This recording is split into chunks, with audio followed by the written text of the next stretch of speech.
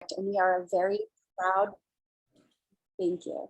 We're a very proud member of the Renewable Heat Now campaign.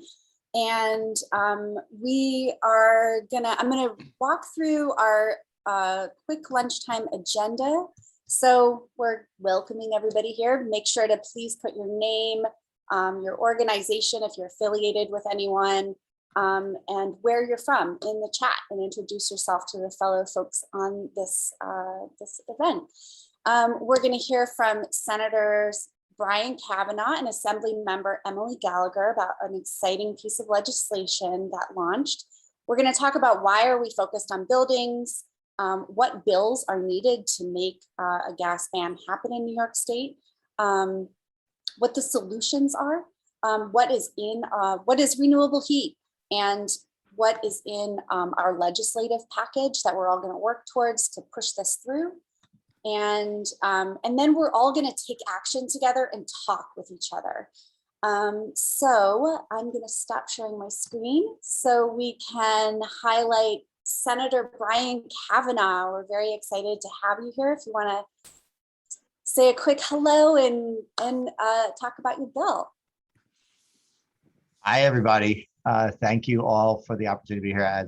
And thank you, Kim, for all your leadership in my neighborhood and, on behalf of the whole state.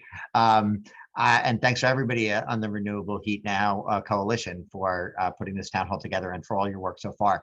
So yeah, I'm State Senator Brian Cavanaugh. I represent Lower Manhattan and a big chunk of northwestern Brooklyn. It's kind of a jagged line, these strange districts that were drawn to us by Republicans 10 years ago. I'm very proud to be a sponsor, to be the introducing sponsor of one of the key priorities here, the All-Elective Buildings Act. As you all know, that we took this very big step with the Climate Leadership and Community Protection Act in 2019, but everybody understood at the time that that was going to require a lot of follow-up to make the ambitious goals of that statute real. And I think many of us expected we would get right back into that in 2020. Of course, the pandemic kind of upended a lot of our expectations and our work, but we know that the climate crisis has not abated in any way since then, and we continue to have other environmental issues that result from use of fossil fuels, and in particular with respect to burning gas in homes, air quality and toxins issues. So the bill basically says that you can't install anything. You have to have an all-electric building if it is new construction after 2023. And basically they can't issue a permit after December 31st, 2023. And you can't do conversions from a building that is all electric to a building that is not all electric after December 31st, 2022. There is some language in there that will allow local permitting authorities to say, if it is genuinely unfeasible to do an all-electric building, they can make that exception. We expect that in the great majority of cases, it's going to be perfectly feasible. Obviously, this bill is going to have to go hand in hand with our other work, including making sure that the electricity generation and transmission system is both up to the needs of people, to make sure that it's going to be reliable and it's going to deliver enough electricity. So there's all kinds of work that needs to happen around microgrids and switching out fossil fuels in the generation and many other things. But as you're going to hear, I think throughout this presentation, the building operations sector really does account for a very substantial portion of our CO2 emissions, and obviously some other natural gases. Greenhouse gases. The natural gas production system, the entire system leaks methane into the environment, which is a very potent, climate change agent. And so we've got to, at some point, you got to say no more new infrastructure, and that's what this bill does in a critical part of our lives. I also, there are several other bills on this coalition's agenda that I support, including, the Advanced Building Codes Appliance and Equipment Efficiency Standards Act, which is a catchy, I don't even want to say what that would be as an acronym, and the fossil fuel heating tax credit bill and the sales tax exemption bill. I'm a co-sponsor of each of those. They're sponsored, I think, respectively by Senators Parker, Kennedy, and Sanders, and I think Assembly members Fahey, and one of the Riveras, John Rivera, and sponsors the other two.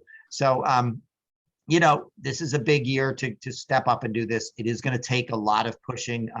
I've spoken with National Grid as recently as this morning. I ran into them and said, you all proposed moratoria yourself, so surely you can let us do the work of, creating an end point for installation of gas. They, as you might imagine, are still somewhat skeptical of that, but it's going to take a big push. And so it's great that this coalition is meeting in mid-November, 2 months before we're in session. And I think we really have an opportunity to take decisive action to stop constructing buildings that are going to continue to harm us, to make our own air quality day to day worse, and to make our planet sick. So let's get it done. And again, thank you for the opportunity to speak with all of you today. Thank you so much, Senator Cavanaugh. It's a pleasure to have you here, and thank you. You have all these people ready to push your bill through. So we're going to get out all of us really nice and organized, and we've made it really easy for all of us to take action. So with that said, and also I just got a note from Assembly Member Gallagher that she is running late in a meeting. But she sends her love to everybody. And I also want to recognize that Assembly Member Sandy Galef is here with us. Thank you so much. You've been so helpful with us through when we were fighting the Spectre pipeline near Indian Point, and we still need to get that gas shut off. So thank you so much for also being here with us. And I'm going to launch into our presentation. Okay. So I'm going to pass it over to Lisa Marshall from Heat Smart Tompkins to talk about why we're focused on buildings. Take it away, Lisa. Thanks, Kim. And I'm also representing Mothers Out Front today. So why buildings? Well, buildings are the biggest sector of greenhouse gas emissions in New York State. Even Kathy Hochul said that a few weeks ago, which is a great acknowledgement because it's long been thought to be transportation, but actually it's buildings. And most of those buildings are heated with fracked gas from Pennsylvania. We're also cooking with gas and heating our hot water with gas. And in New York City, by the way, it's even more than a third of our greenhouse gas emissions. But for the whole state, it's a third or maybe even a bit more, what the on-site combustion of fossil fuels in buildings. And a great deal of those buildings are using natural, AKA fracked gas, for their heating, cooking, and hot water needs. And as we all know, that has long been sold to us with a pack of lies as a bridge fuel to a renewable future, but we know that it's not a bridge fuel, it's a gangplank that is leading to our death and destruction. The gas industry uses these keywords: safe, affordable, reliable. We know that it is none of those things. It is not safe. It blows up, it explodes, it leaks. It's a mess for the climate, and both the climate and for safety on site where it's being used. The affordability has been artificially kept low, and as we're seeing this winter, it's going up and up and up. And reliability, we also know, is really not there. Why is it bad for the climate? Gas is mostly made of methane. It's another gas, another carbon gas like carbon dioxide, CH4. And in the short term, the next 20 years, which, as we all know, is the key period for us to get our climate emissions under control, it is 86 or more times more warming than carbon dioxide in the atmosphere. And that goes to about 25 times more over a 100-year period. So a little bit of methane leaked into the atmosphere is like a very overwarm blanket keeping us too hot down here below. And the lucky thing about buildings is not only are they a huge problem, but we have the solutions. We can electrify our buildings and increase our energy efficiency for all of those essential energy services, the heating, the cooking, and the hot water. And we have the technology, we have the know-how, and all that is really lacking is the political will to make it happen. So next slide, please. So this is the Renewable Heat Now campaign, and you might be asking yourself, what is renewable heat? Sometimes people say, well, are you heating with solar or wind? No, we aren't. We are heating, we are heating with a lovely device called a heat pump. And these are high efficiency units that heat, and they also provide cooling for buildings and hot water.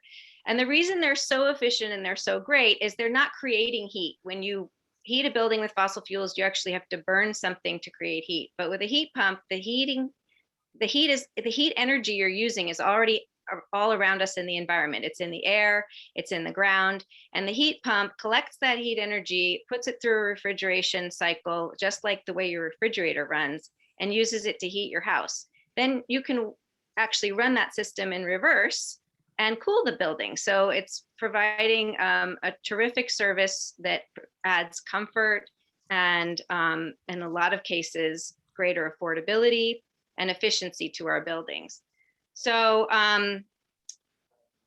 the reason that one thing I wanted to say on this slide is that not only are heat pumps a great solution for the climate, because they're using a lot less energy to heat and cool and to heat hot water, but they also really improve people's living conditions right away. So this is really where climate justice, housing justice, and climate movement intersect, is right here in our homes and buildings where we live, and the solutions are available with a heat pump. What is this last point here? So in my day job, I am responsible for helping people get heat pumps, and we think we do a pretty good job of that. We assist people in the process. On the right here, I have a heat pump that was just installed last week at a low-income family's house that have been wanting heat pumps for years and years, and they finally were able to get one. They actually had no heat in their house because their oil tank was broken. And so these lovely children here are now enjoying this heat pump.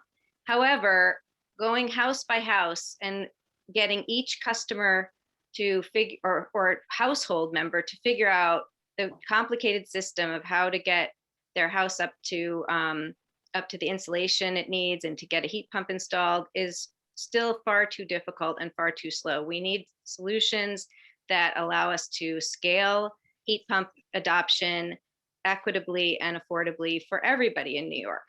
Okay, next slide. I thought, yeah, okay. I was gonna say, I thought there was the public health slide. The other thing that heat pumps can offer is we have a real problem in our buildings with our indoor air quality or pollution caused by fossil fuel combustion. I just got off the phone today with a church in downtown Ithaca, an AME Zion church, where they found out that gas was leaking into the church, that carbon monoxide was leaking into the church. And this is common in many of our buildings. It's quite dangerous and bad for health. And then of course, most people are actually cooking with gas and in a situation which isn't properly vented. And that is an extremely dangerous situation. And more studies are coming out and showing that. And we need to help people access the solutions for this, this problem. The other, some industries are really affected. Like if you think about the restaurant industry, where people are cooking over these gas stoves in these poorly ventilated kitchens for hours and hours every single day. And too many of our neighbors have had to call the fire department because of the smell of gas. There's gas explosions and gas leaks in my little town in upstate New York. Shortly after I moved here, and a 14-month-old baby was killed by a gas explosion. You don't usually hear about those in the news unless many people are killed, but they actually happen with regularity and quite a bit of frequency. So not only are these solutions helpful for the climate and for our comfort at home, but also very real health impacts and improvements by switching off gas to building electrification. Okay, I think we're going to turn it over next to. Uh-oh. It's okay. Sorry. Wait, what's going on? Kim linked to a very important study on the health impact of gas. On accident. Hold on. But somebody could stick that in the chat so you could read more about it. Okay. Okay.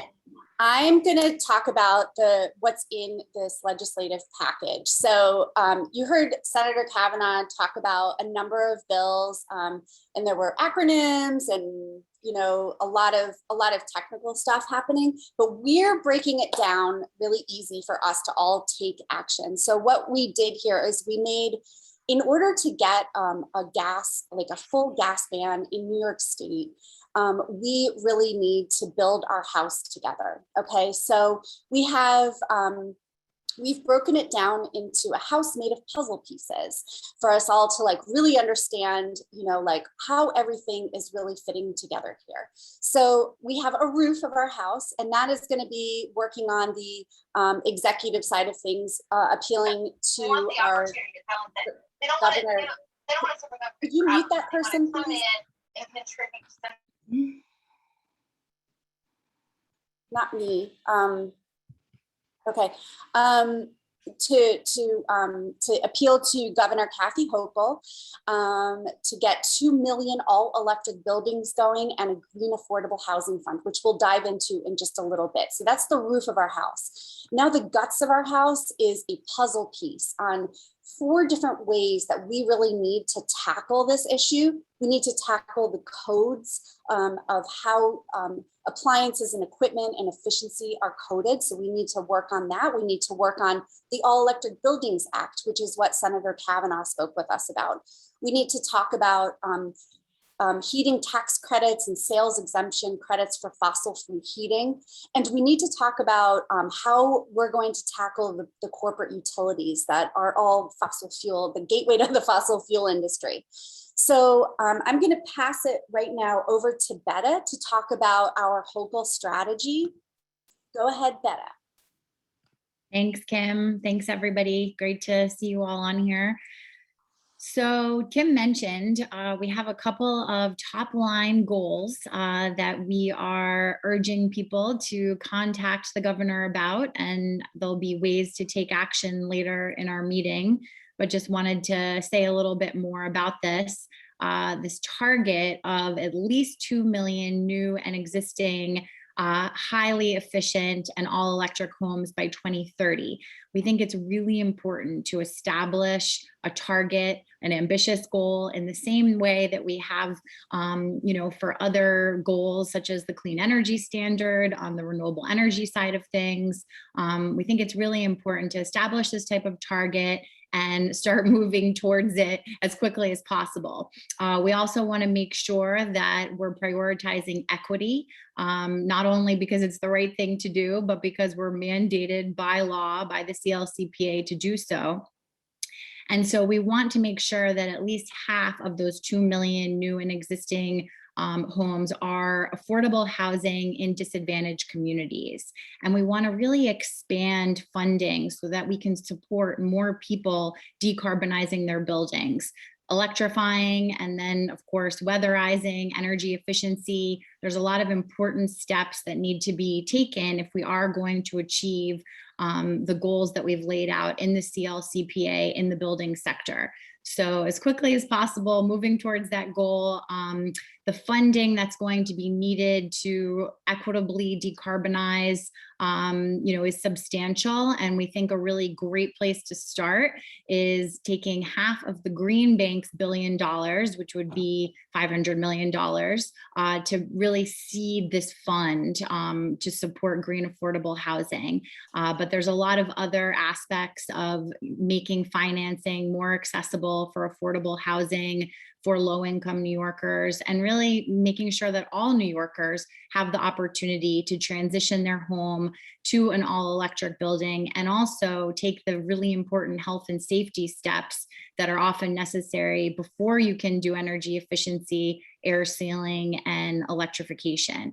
So lots there, but we're going to be, continuing to build momentum to target Governor Hochul. We think she has an opportunity to really lead the country in building decarbonization, and can make some exciting announcements in her State of the State this January and in the executive budget, prioritizing funding for green affordable housing and in general achieving this goal of 2 million all electric homes by 2030. I'm not sure if I mentioned this, but by NYSERDA's own report. We need to be electrifying 250,000 homes every year, which is a lot, exponentially greater than what we're doing now.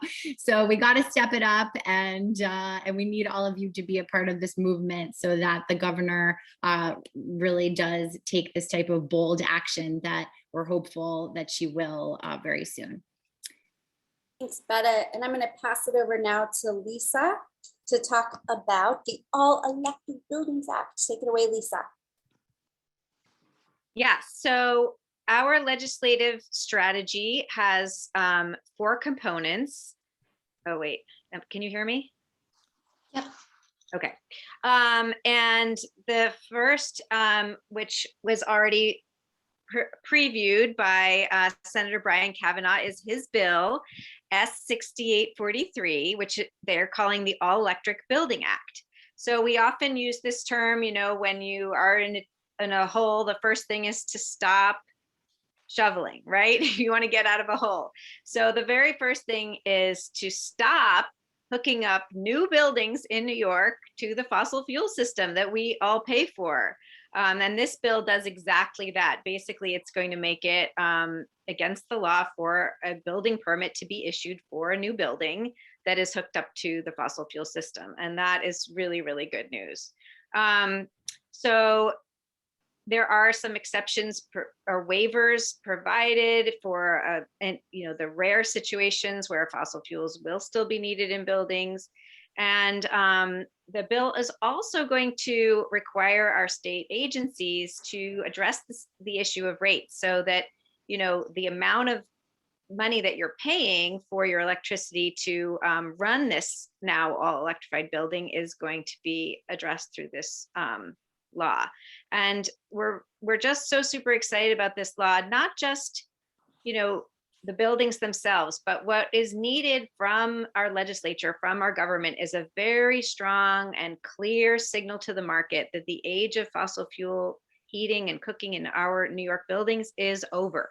Because once this law is passed, not only will these new buildings not be able to be built and connected to the fossil fuel system, but it will help our building developers, our banks, our financiers, our architects, our city planners, our town planners, all of these entities that are involved in new construction, to understand that this is the path that we're going to take with our buildings, and that will have a ripple effect through the whole building economy, which will help make these technologies more affordable, more accessible, more companies that can put them in, more companies that can fix and service them. So we'll start to really shift from this fossil fuel paradigm to an all electric heating and cooking paradigm for New York State.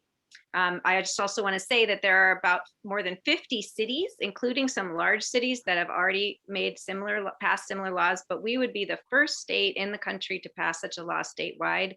So I'm counting on all of you to help us make that happen. Thank you. Amazing. Okay, I'm going to pass it now over to Jessica to talk about the Fossil Free Utilities Act. Hi, everyone. This is Jessica Adjule from Alliance for a Green Economy, based in Syracuse. So happy to be here with all of you. So just very quickly, another piece of the puzzle that we know we need to do as part of legislation next year is to get our gas utilities aligned with our plan to decarbonize buildings. So right now, gas utilities are still expanding their gas systems. They're still investing our money in their gas infrastructure and then raising our bills to pay for it. So we are working on some legislation. It's not introduced yet, but we hope it will be introduced soon, that will try to address first the gas expansion, to stop subsidies for new gas hookups. Right now, all utility ratepayers help subsidize new people coming onto the gas system. We want to require our Public Service Commission to set emissions limits on the utilities to get them to start reducing their gas sales in line with our climate mandates, and start planning for the strategic retirement of gas pipelines. So more to come on this bill, but we're very excited, and we're, we think this is a key piece that needs to go along with the requirement for buildings to be electrified. And New York is one of a few states that is looking at this. We heard, I believe yesterday, that California is also starting to think about stopping subsidies for new gas hookups. So we'd love to be right along there with California. So let's get this done in New York. And I will pass it to the next person. Thank you so much, Jessica. I'm going to pass it off to Betta to go into the third part of our house, the buildings and code standards. Go ahead, Betta. Thanks so much. So this bill actually was introduced last session, and it did pass in the Senate, so that's great. But we still need to move it forward, get it over the finish line this session, hopefully early in the session. In many ways, this bill is a no-brainer. But that being said, it's really critical that our legislators hear from us about the importance of modernizing our state's building codes and expanding the state's appliance standards. This bill would do so in a number of different ways. It updates the mechanics for establishing the next building and energy conservation code by incorporating the full life cycle cost and the actual useful life of measures and cost effectiveness of measures that reduce greenhouse gas emissions. It was one of the foundational recommendations of the Energy Efficiency and Housing Panel to the Climate Action Council.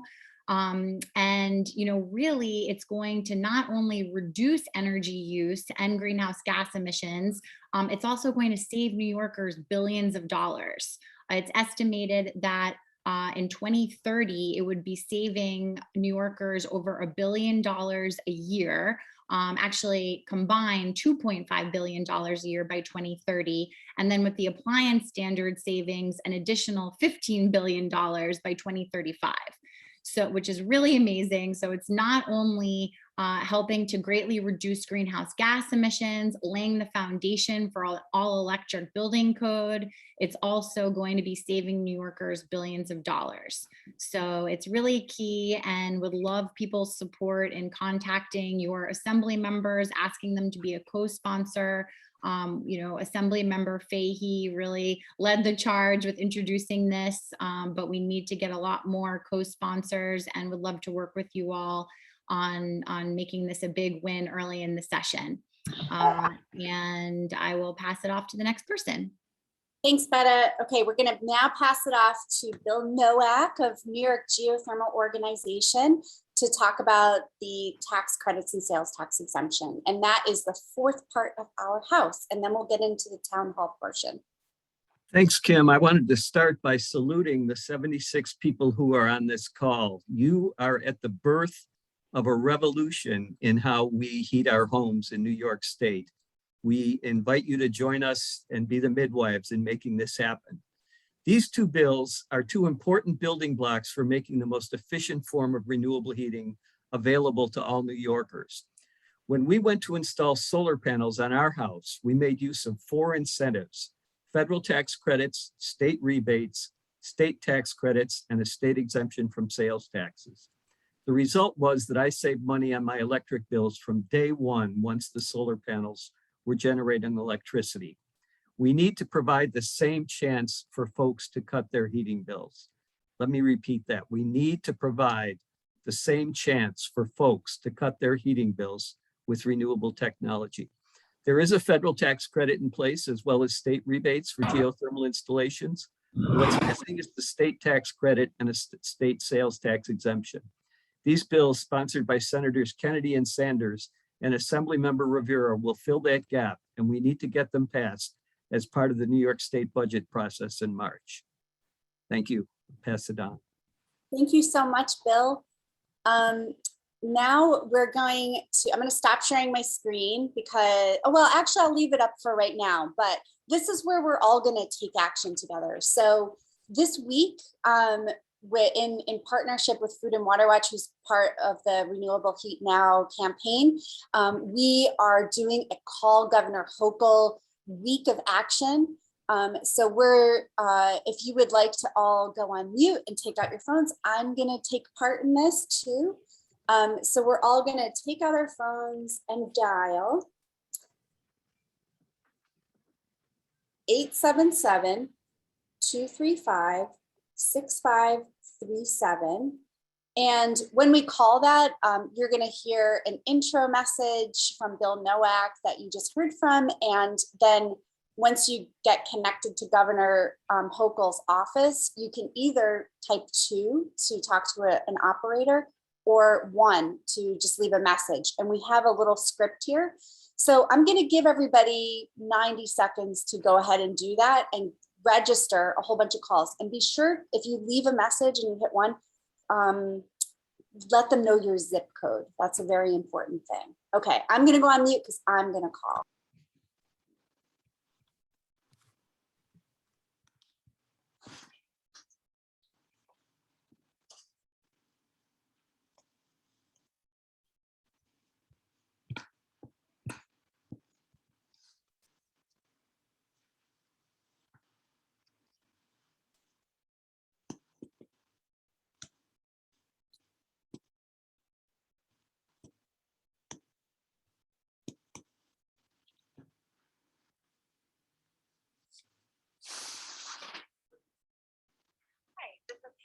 With Clean Energy Project. In a moment, you'll be connected to Governor Kathy.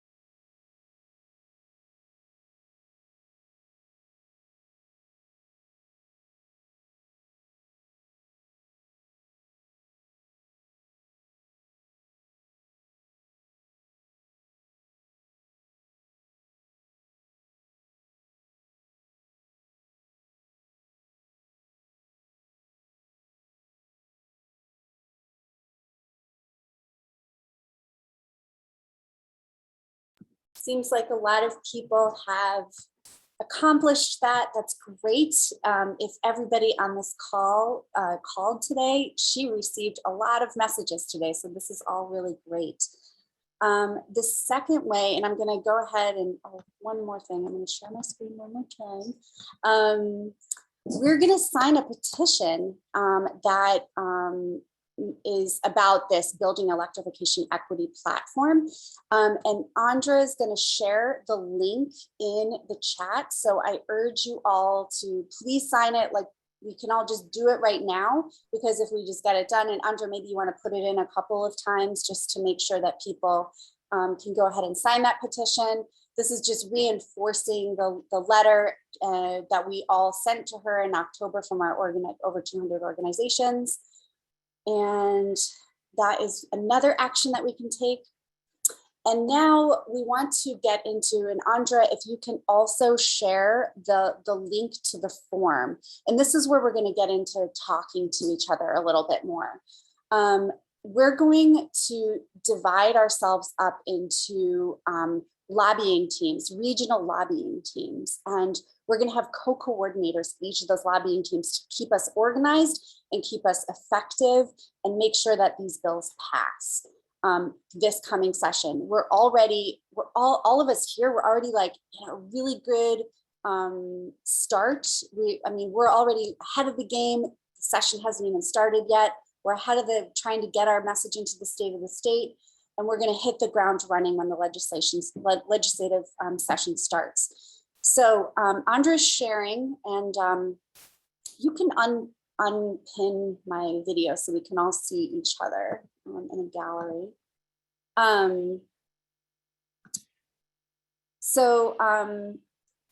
If you want to go ahead and fill out that form, and it's just sort of like, where are you located? Do you want to join a legislative team? Because this is a really strategic way for us to build power together. So I really encourage you to fill out that form. And we're going to take the last few minutes of this presentation. We have about 20 minutes left. And we want to be able to get to know each other, who we're going to be working with in our regions on this legislative, in our legislative team. I'm going to go ahead one more time and share my screen, because we do have a little agenda in our breakout rooms. So in each breakout room, and Michaela will post the breakout room soon, you'll be able to choose the regional breakout room that you want to go into. We're going to have somebody take the lead in that. We're all a leaderful movement. We're going to just go around and do intros, name, pronouns, organization, and where you're located. And then make a mention of who your assembly member and state senator is. And just to make a note of it, and we can all help you. If you don't know, we can help you look that up. And then we're going to have this town hall again on December 1st at 6 p.m. for folks that aren't able to join a daytime event. We all have busy and fabulous schedules, so we want to make sure that this is accessible and we get every team reinforced. So I'm going to stop sharing here. Just remember that is, if you're somebody that's a note taker or like a facilitator, make sure to write down this little agenda for your breakout room before you go in. So intros, who are your reps, and let's brainstorm together who we can invite December 6th. And then we will come back.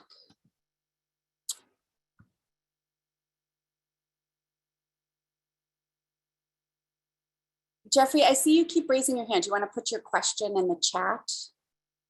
That would be great. Or save it for your breakout room. He did, and I just answered it. Oh, great. I'm from New Jersey, so I don't have an assemblyman or senator from New York. A few of us are from New Jersey. Cool. Well, maybe you could, Want me to join the chat anyway, or? Yeah, you could join the New York City one, or if you're closer to Orange County, you can join that one. Yeah. And I'm glad you're here. There's an option for other too, if that suits you.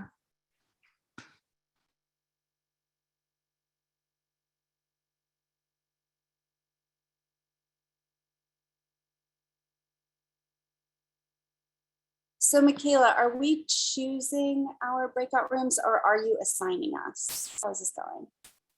I see that folks are choosing them. So if you are in that process, are you able to see?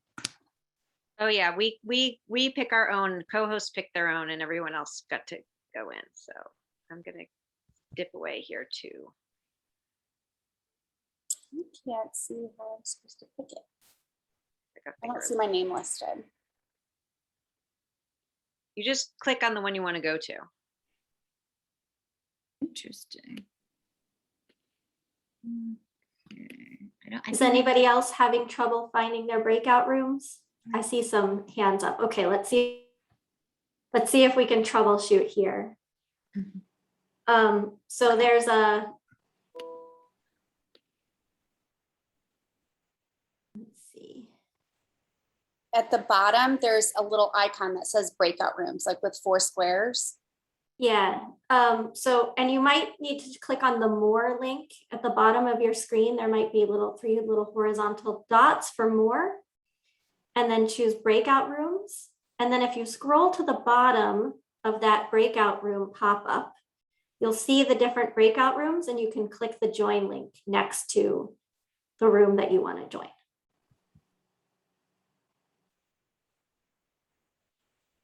So again, at the bottom of your screen, there might be a little more button that you can click on, or a breakout rooms icon.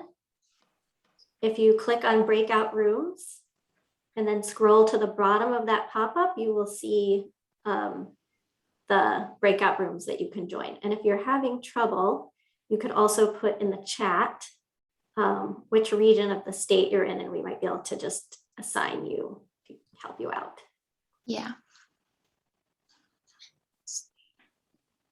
So my name is not listed, and I think it's because I'm a co-host. So if somebody could throw me into New York City, that'd be great. Okay.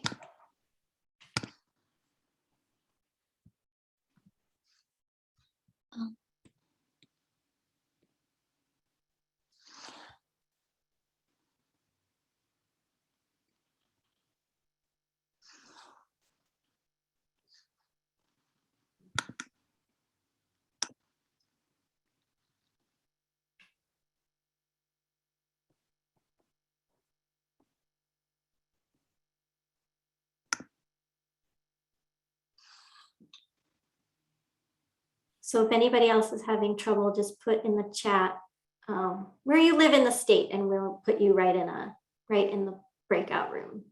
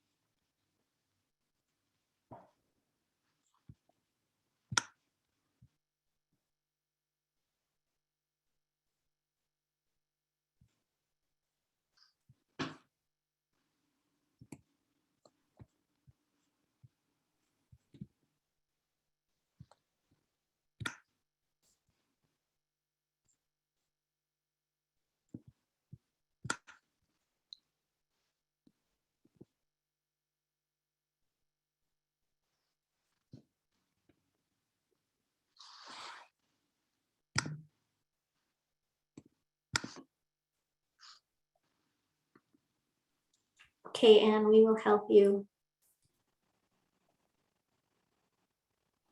And Lori.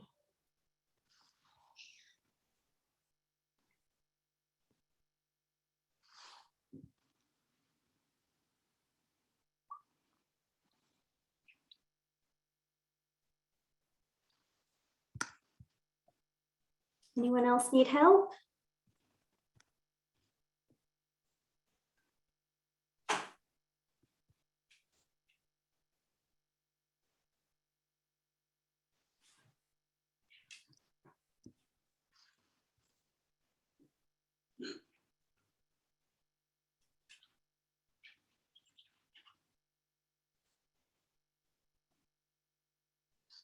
Andra, I'll put you into a room. Central New York. I got it. Thanks.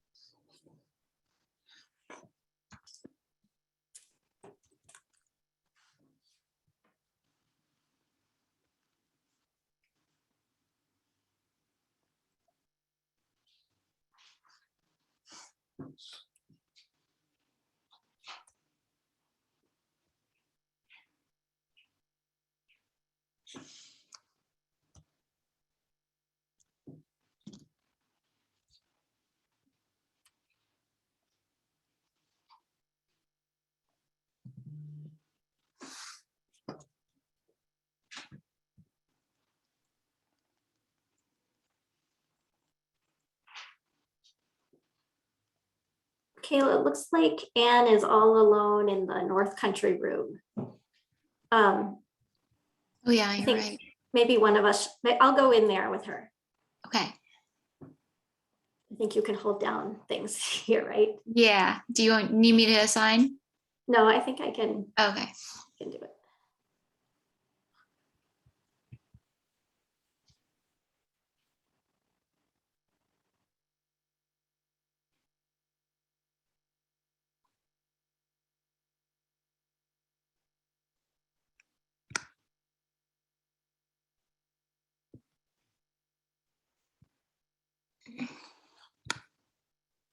Hey, Jeffrey, I noticed your hand was up. Did you have a question? No, I can never get in, and I'm from New Jersey anyway. Oh, that's right. Okay. And I'm not going to get in now. Okay.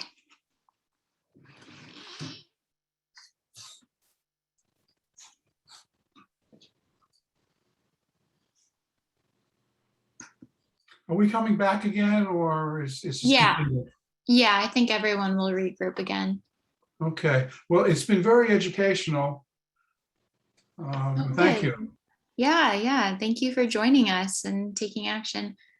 Hey, I just wanted to let Amanda know you just joined and everyone is in a breakout room to plan for potential lobbying for this legislation based on their area. Would you want to join a breakout room with folks based on your area in New York? Yeah, sure. Okay, where should what area are you from? I'm in Bushwick 11221. I just checked out who my people are, so I could let you know about that too. Okay, so I'll put you in the New York City Mhm. breakout. Does that sound good? Yeah. Thank you. Mhm.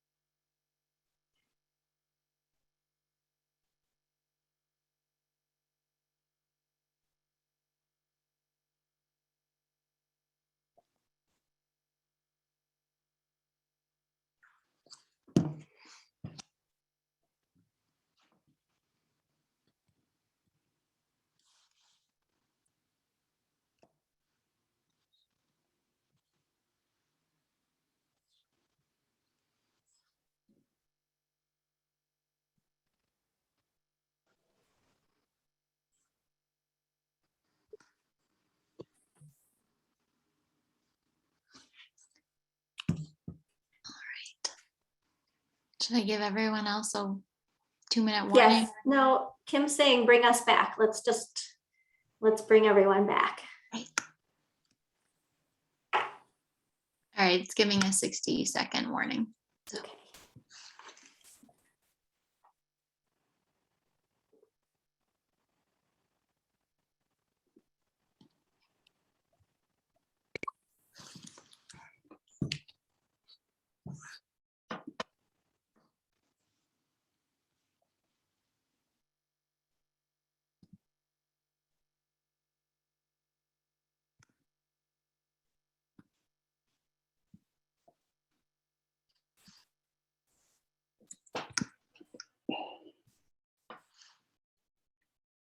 We're back.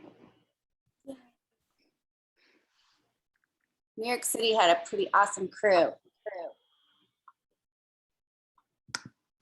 And I put the form in the chat just to keep us really well organized. I filled out the form just so we can keep in touch with each other on like who's in the New York City crew, who's in all the other regional hubs.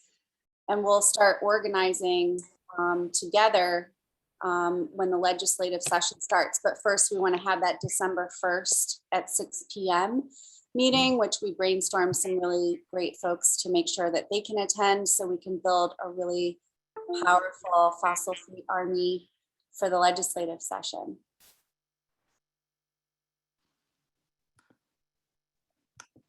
And if you registered in the Action Network, we'll make sure to follow up with you with the link to the form and the recording of this town hall. And we thank you all for spending this hour with us. Let's go kill it. Bye. Bye, thanks so much. Thanks, everyone. Thank you.